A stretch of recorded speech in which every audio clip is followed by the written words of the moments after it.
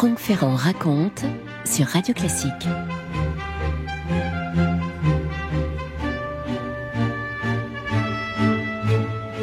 Si je vous demande de me citer un mécène de Richard Wagner, il y a de fortes chances que vous me répondiez Louis II de Bavière. Mais il en existe un autre que le maître a rencontré 10 ans plus tôt, après une représentation de Tannhäuser, c'était en 1852. Ce riche homme d'affaires qui va devenir le mécène de Wagner s'appelle Otto Wesendonck. C'est son patronage qui va permettre à Wagner de se consacrer à la composition de l'œuvre de sa vie, de la tétralogie. Quand je dis la tétralogie, c'est L'Or du Rhin, La Valkyrie, Siegfried et Le Crépuscule des dieux, bien entendu. Il y a une étoffe infinie chez ce Richard Wagner, dont le journaliste Charles de Lorbach nous dit qu'il avait une volonté souveraine, une énergie indomptable. Et c'est dans une lettre de décembre 1854, vous voyez, on est dans la lignée même de tout cela. Dans cette lettre de décembre 54 à Liszt, Wagner, pour la première fois, émet l'idée de mettre en scène un amour idéal. Et pour le faire, il partirait, dit-il, de l'œuvre de Gottfried von Strasbourg, qui s'appelle Tristan. Comme dans mon existence, je n'ai jamais connu le vrai bonheur de l'amour, je veux élever au plus beau de tous les rêves un monument où, du début à la fin, cet amour s'accomplira cette fois vraiment jusqu'à la saturation. Extraordinaire projet qui va mûrir lentement et qui prendra véritablement forme quand Wagner va s'installer 2 ans plus tard avec sa femme Bettina. Il s'installe dans une maison près de la villa de son mécène en Suisse. La villa en question s'appelle l'Asile. Il a 44 ans, Richard, à cette époque-là. C'est le début d'une relation intellectuelle, artistique avec la femme d'Otto Wesendonck, qui s'appelle Mathilde. Wagner suspend à ce moment-là l'écriture du 3e volet de la tétralogie de Siegfried. Il s'arrête juste après le 2e acte et il va se consacrer à Tristan et Isolde. C'est une espèce de poussée d'inspiration contre laquelle vous ne pouvez rien. Il sait que ça y est, c'est venu, il faut qu'il écrive et il va terminer le brouillon du poème en prose avec l'aide de Mathilde. C'est un travail de tissage à 4 mains. Il arrête ça le 20 août 1857 et il va maintenant falloir composer une musique pour accompagner ce poème extraordinaire et la musique va prendre encore 2 ans. Wagner tient Mathilde au courant de l'avancement du travail. Par exemple, le 10 avril 1859, il lui écrit depuis Lucerne. Le 3e acte est commencé et je me rends très nettement compte que je n'inventerai plus rien de neuf. La floraison extraordinaire que j'ai connue a fait pousser en moi une telle profusion de bourgeons que je n'ai plus qu'à me servir constamment de cette réserve. Dans le 2e acte, c'est donc l'acte du fameux duo d'amour, je me sentais encore dévoré. Il flambait du feu vital le plus intense d'une flamme, si indicible qu'il me brûlait, me consumait presque littéralement.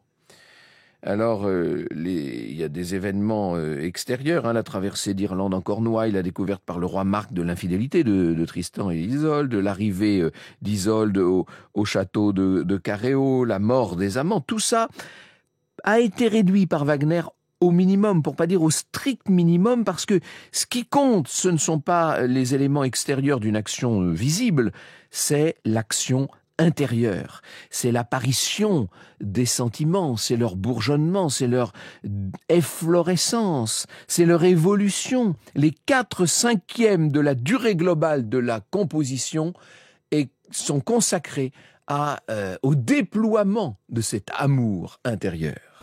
Franck Ferrand sur Radio Classique. Je peux peut-être revenir sur la légende de Tristan et Iseux. Iseux en français, donc Isolde dans la tradition germanique.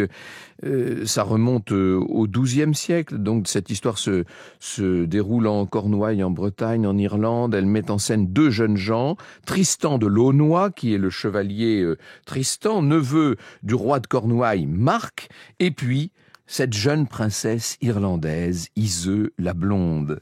Les parents de Tristan meurent assez tôt et c'est donc auprès de son oncle que le jeune orphelin va grandir. Il grandit à l'ombre du trône de Cornouailles.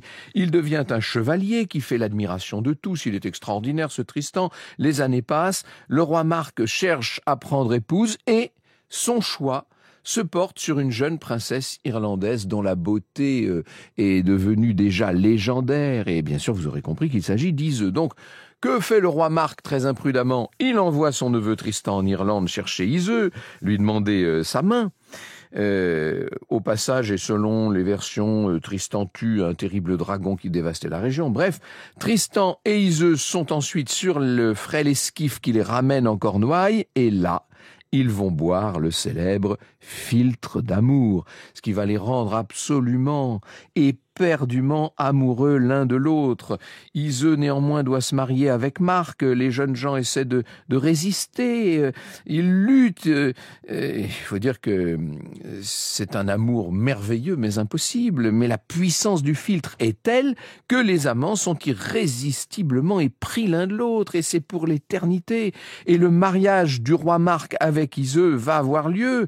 Et le soir de la nuit de noces avec le roi, Iseux se fait remplacer dans le lit nuptial par sa servante qui s'appelle Branghen, et c'est avec Tristan évidemment qu'elle va vivre un amour extraordinaire. Ils vont se voir en secret, multiplier les ruses pour cacher cet amour. Inutile de vous dire que ça ne peut pas finir bien, cette histoire. Vous écoutez Radio Classique. Alors la version, je dirais, formalisée, définitive de ce mythe, elle date du début du XIIIe siècle, 1210. C'est donc Gottfried von Strassburg qui va élaborer cette version de référence, avec pour particularité de présenter Tristan plutôt comme une sorte d'artiste, plus que comme un chevalier. Et d'ailleurs, dans la version de Gottfried, les amants s'aiment avant même de boire le philtre. Le philtre ne les rend pas amoureux, le philtre leur révèle leur amour. C'est tellement plus beau, c'est tellement plus fort, évidemment. Leurs sentiments, jusqu'alors, ils les avaient refoulés, ils les avaient habillés d'autres mots. Et là, d'un seul coup, ils comprennent. Et Gottfried fait bien sûr l'apologie de l'amour. Les amants voient cet amour comme la valeur suprême, sans tenir compte de toutes les contraintes sociales ou religieuses qui peuvent exister. Je me permets de vous rappeler qu'on est en 1210, c'est incroyable. Et Wagner va partir de l'œuvre de Gottfried et effectuer quelques modifications, d'ailleurs des modifications aussi bien de structure que d'histoire. C'est un librettiste, Wagner.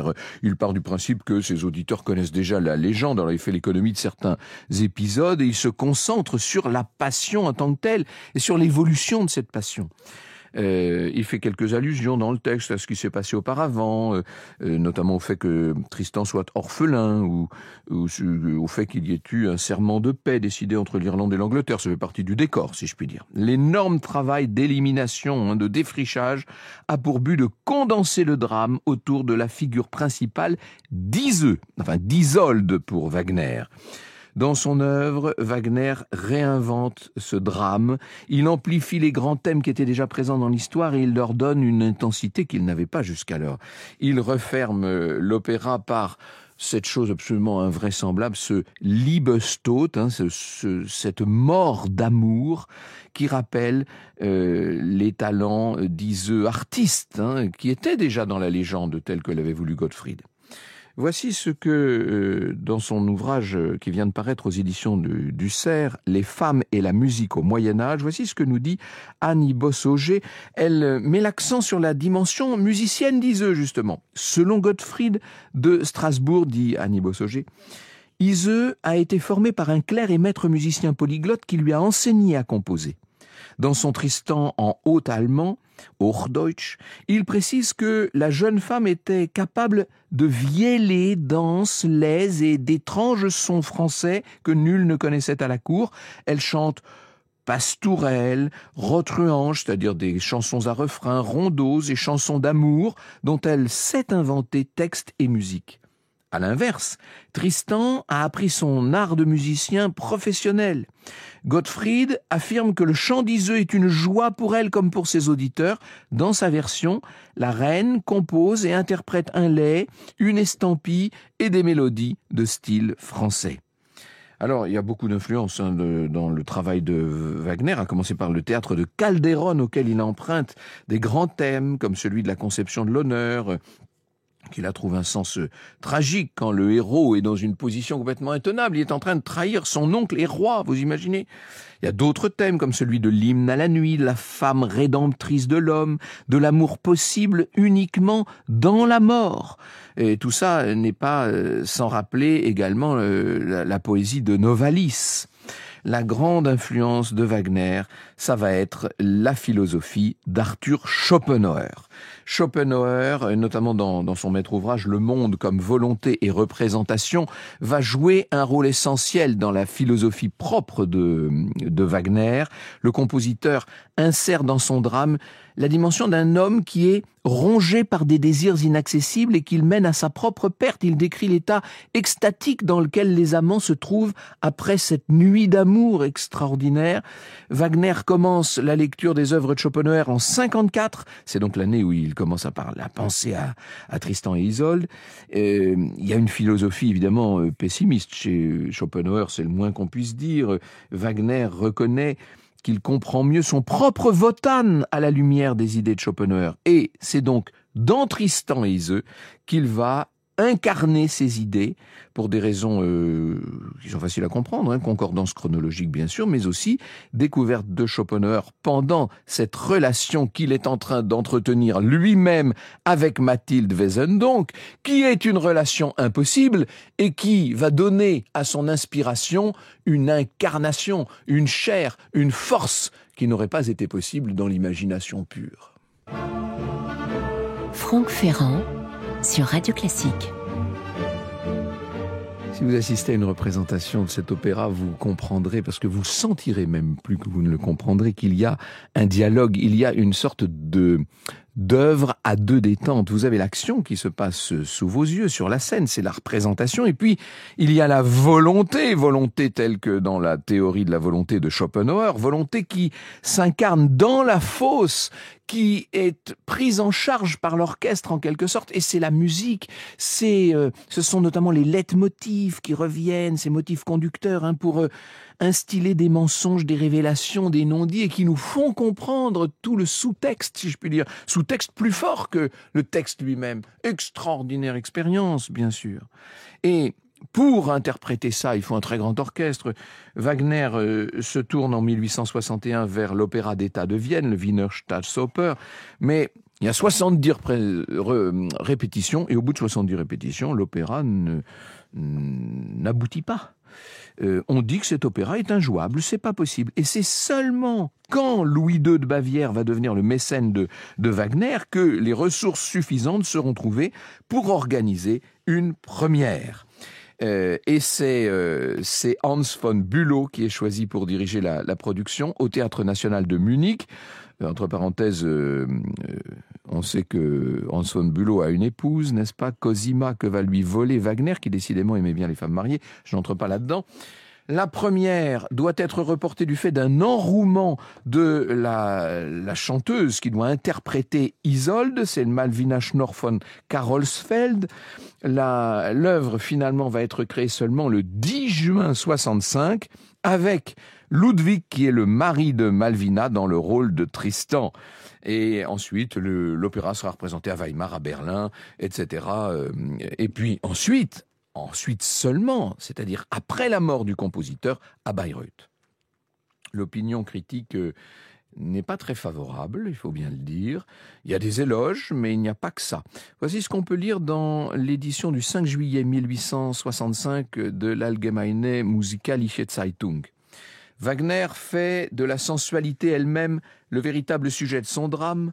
Nous pensons que la mise en scène du poème Tristan et Isolde équivaut à un acte d'indécence. Wagner ne nous montre pas la vie des héros des sagas nordiques qui édifieraient et fortifieraient l'esprit de son public allemand. Ce qu'il représente, c'est la ruine de la vie des héros par la sensualité. Voici ce qu'en 1868, donc 3 ans plus tard, nous dit Edward Hanslick, qui était pas un ami de Wagner, c'est le moins qu'on puisse dire. Il réagit au prélude de Tristan en écrivant qu'il rappelle la vieille peinture italienne d'un martyr dont les intestins sont lentement déroulés de son corps sur une bobine. Est-ce que ce ne serait pas un petit peu de la jalousie, ça, par hasard ? Franck Ferrand sur Radio Classique. Et pour imaginer le degré de fascination que pouvait exercer sur la bourgeoisie du 19e l'idée d'une réalisation amoureuse dans une mort conjointe des amants. Il faut garder à l'esprit le contexte, évidemment, de l'époque. Cet amour fou qui s'oppose à tous les interdits, à toutes les bienséances.